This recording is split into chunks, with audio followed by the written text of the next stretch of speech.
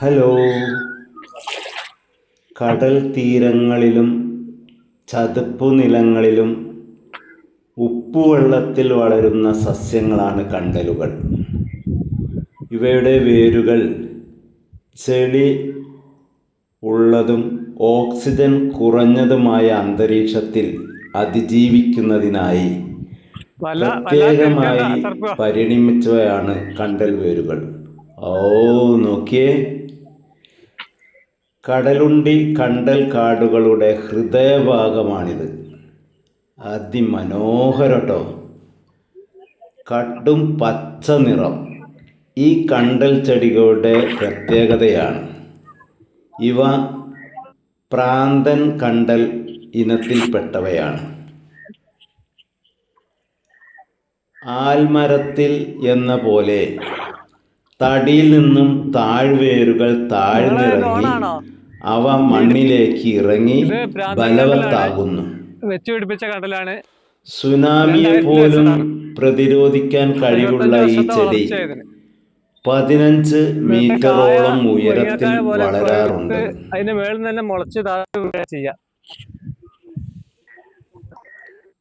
പച്ച നിറത്തിലുള്ള ഇലകൾ എന്ത് മനോഹരമാണെന്ന് നോക്കിയേ. ഇവ പഴുത്താൽ മഞ്ഞ നിറമാണ്. ഇടതൂർന്ന് നിൽക്കുന്ന ഇലർ ചാർത്താണിത്. പൂക്കൾക്ക് വെള്ള നിറമാണ്. പച്ച നിറത്തിലുള്ളതാ നീണ്ട മുരിങ്ങാക്കായ പോലുള്ള കായ്കൾ തൂങ്ങി നിൽക്കുന്നു. ഇവ ഉണങ്ങി വിത്തുകൾ താഴെ വീണാൽ ചെടിയിൽ കുത്തി നിൽക്കുന്നു. അവ ചെടിയായി മരമായി വളരുന്നു. കണ്ടൽ വേരുകളുടെ പ്രധാന സവിശേഷതകൾ: താങ്ങുവേരുകൾ ശക്തമായ തിരമാലകളെയും വേലിയേറ്റങ്ങളെയും ചെറുക്കാൻ മരത്തിൻ്റെ തടിയിൽ നിന്നും ശാഖകളിൽ നിന്നും വേരുകൾ താഴേക്ക് വളർന്ന് മണ്ണിൽ ഉറച്ച് ബലവത്തായി നിൽക്കുന്നു. പ്രാന്തൻ കണ്ടൽ ഈ ഇനത്തിൽപ്പെടുന്നു. ഇവയുടെ സങ്കീർണമായ വേരുകൾക്കിടയിലാണ് പലതരം മത്സ്യങ്ങളും ഞണ്ടുകളും മറ്റു സമുദ്രജീവികളും വളരുന്നത്. ചെറിയ മത്സ്യങ്ങൾക്ക് വലിയ ഇരകളിൽ നിന്നും രക്ഷപ്പെടാൻ ഈ വേരുകൾ ഒരു താവളം ആകുന്നു. സുനാമി, കൊടുങ്കാറ്റ് തുടങ്ങിയ പ്രകൃതി ദുരന്തങ്ങളിൽ നിന്നും കടലേറ്റത്തിൽ നിന്നും തീരദേശത്തെ സംരക്ഷിക്കുന്ന കണ്ടൽ വേരുകൾ ആണ്. ശ്വസന വേരുകൾ ഉള്ള ചെടികൾ.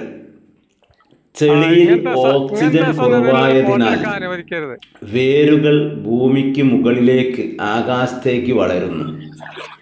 ഇവയിലൂടെ ചെടികൾ വായുവിൽ നിന്നും ഓക്സിജൻ വലിച്ചെടുക്കുന്നു. ഉപ്പ് അരിക്കൽ. ഈ വേരുകൾക്ക് സമുദ്രജലത്തിലെ ഉപ്പിനെ അരിച്ച് ശുദ്ധജലം മാത്രം വലിച്ചെടുക്കാനുള്ള കഴിവുണ്ട്.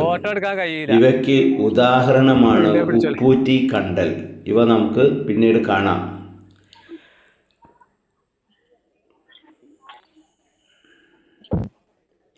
നോക്കൂ, വേരുപടലങ്ങളുടെ ഒരു കാടാണിത്. പ്രാന്തൻ കണ്ടലിൻ്റെ പ്രത്യേകത അതാ, ഒരു തടിയിൽ നിന്ന് തന്നെ എത്രയോ വേരുകളാണ് താഴോട്ട് ഇറങ്ങി ഇരിക്കുന്നത് നോക്കിയേ. ഉഷാർ, നന്നായിട്ടുണ്ട്. നല്ല ബാക്ക്ഗ്രൗണ്ട്. ഇതാ ഈ വേരുപടലങ്ങൾ അവ മണ്ണിലേക്ക് താഴ്ന്നു പോയാൽ ഒരു ശക്തിക്കും അവ പറിച്ചെടുക്കാൻ കഴിയാത്ത അത്ര ഉറച്ചു നിൽക്കുകയാണ്. മണ്ണിന്റെ അടിയിൽ വേറെ അത് തന്നെയാണ് നേരത്തെ പറഞ്ഞത്. സുനാമിയുടെയും വലിയ വലിയ തിരമാലകളുടെയും ഒക്കെ ചെറുത്തു നിൽക്കാനുള്ള പ്രാപ്തി, കഴിവ് ഇവർക്ക് നേടി പ്രകൃതി തന്നെ. പേരും കൊടുത്ത് വേരുകളും ഏകദേശം ഒരേ വണ്ണമാണ്. നിങ്ങൾ ശ്രദ്ധിച്ചോ? സാധാരണ ചെടികളുടെ വേരുകളെല്ലാം പല വണ്ണത്തിലായിരിക്കും. ഒരു വേരിൻ്റെ അത്രക്കാളും ചിലപ്പോൾ വണ്ണം കൂടുതലായിരിക്കും, അല്ലെങ്കിൽ കുറവായിരിക്കും. പക്ഷേ ഇതിൻ്റെ വേരുകൾ നോക്കിയേ, തടിയിൽ നിന്നും വരുന്ന ഈ വേരുകളെല്ലാം ഏകദേശം ഒരേ വണ്ണത്തിലും നീളത്തിലുമാണ്. ചെടിയുടെ മുകൾ ഭാഗത്തു നിന്ന് തന്നെ ഈ വേരുകൾ താഴോട്ട് വരുന്നുണ്ട്.